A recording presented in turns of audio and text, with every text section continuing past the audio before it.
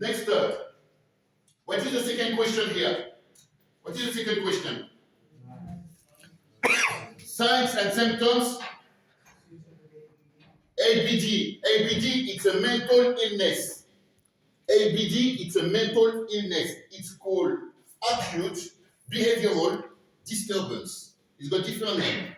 Acute behavioral disturbance, but it's also called excited delirium. Excited delirium. You've got it page, one of the page here. Where is my excited delirium?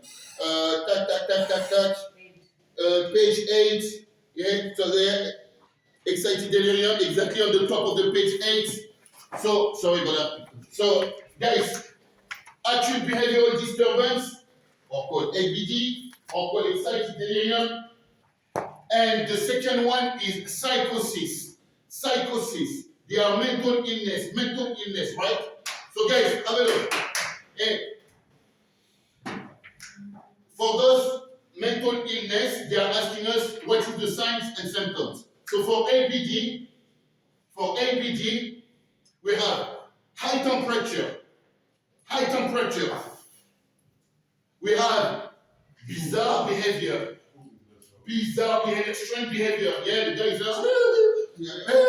We have customers like this.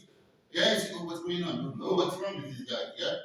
So high temperature, strange behavior, and then also we have mental and physical exhaustion, tiredness. Those people, they can sleep the whole day and they will be tired like they haven't slept for a week. Mental and physical exhaustion. I will give you back those things here, but right now, just absorb. Yeah? So, this one is for ABD. For psychosis, you know what is psychosis? People experiencing psychosis episode. You will have paranoia, hallucination, yeah. So they will see things that nobody else can see. They will hear things that nobody else can hear, almost like if they are possessed. An extreme fear. They could see you like extreme fear. So they are typical signs for psychosis. Yeah? So that will be your question number 2. Yeah? Question number 3 is what? Positional asphyxia. George Floyd died from positional asphyxia. Every time my students struggle with this word, positional asphyxia. Hey, can you say it? Say positional asphyxia. Yeah, say positional asphyxia. Positional asphyxia. Positional asphyxia. Positional asphyxia. Positional asphyxia. Positional asphyxia. Yeah, you will have to say this word in the video, yeah? So positional asphyxia, George Floyd died from positional asphyxia. Positional asphyxia is when you put force. Yeah? When you put force on someone against the ground, face down or face up. And the force is such that he can't breathe no more. We cut off the air supply to the brain, leading to brain damage. Hey, you can starve any other organs, but don't starve the brain. The brain is very greedy in oxygen. The brain needs is oxygen. And if you starve the brain in oxygen, the brain is going to start dying slowly, until it's finished. Positional asphyxia is exactly what happened to George Floyd.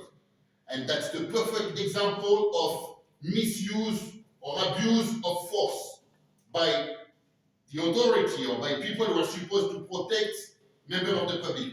So positional asphyxia is when we apply force on someone against the ground, face down or face up, and the person cannot breathe.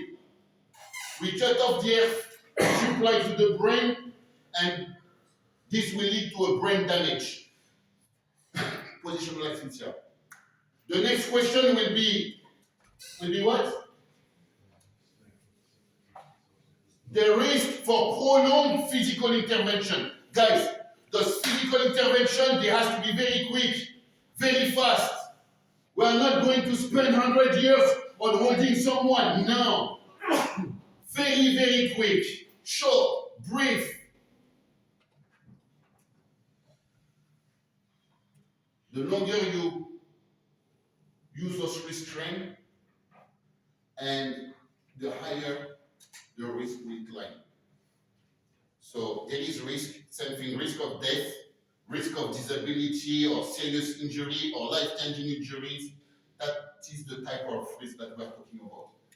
Now, question number 5, they are asking us, what is the best practice? What is the protocol when we use physical intervention on the ground? So the best practice, guys, is this one. Guys, we go to the ground. Number 1, we get a team leader. We need a team leader involved. We get a team leader. The team leader is not involved with the fight. The team leader is like this and is communicating with both parties, with the customer and with us. And the team leader, he monitors everything. The team leader has got a duty of care for everybody. The team leader will be closely monitoring the breathing of that individual, closely talking to him, and also trying to get inside his head and make him quit and give up. My friend, you need to follow my instruction. As soon as you do that, we let you go. So the team leader will have a heavy responsibility. He will have to be there. He will maintain communication and dialogue to diffuse the situation. He will monitor closely the breathing. That's the job of the team leader. Finally, the last question will be what? Last question, I'm going to tell you this one again. The last question will be what? Can you state how to manage and monitor a person's safety during a physical intervention?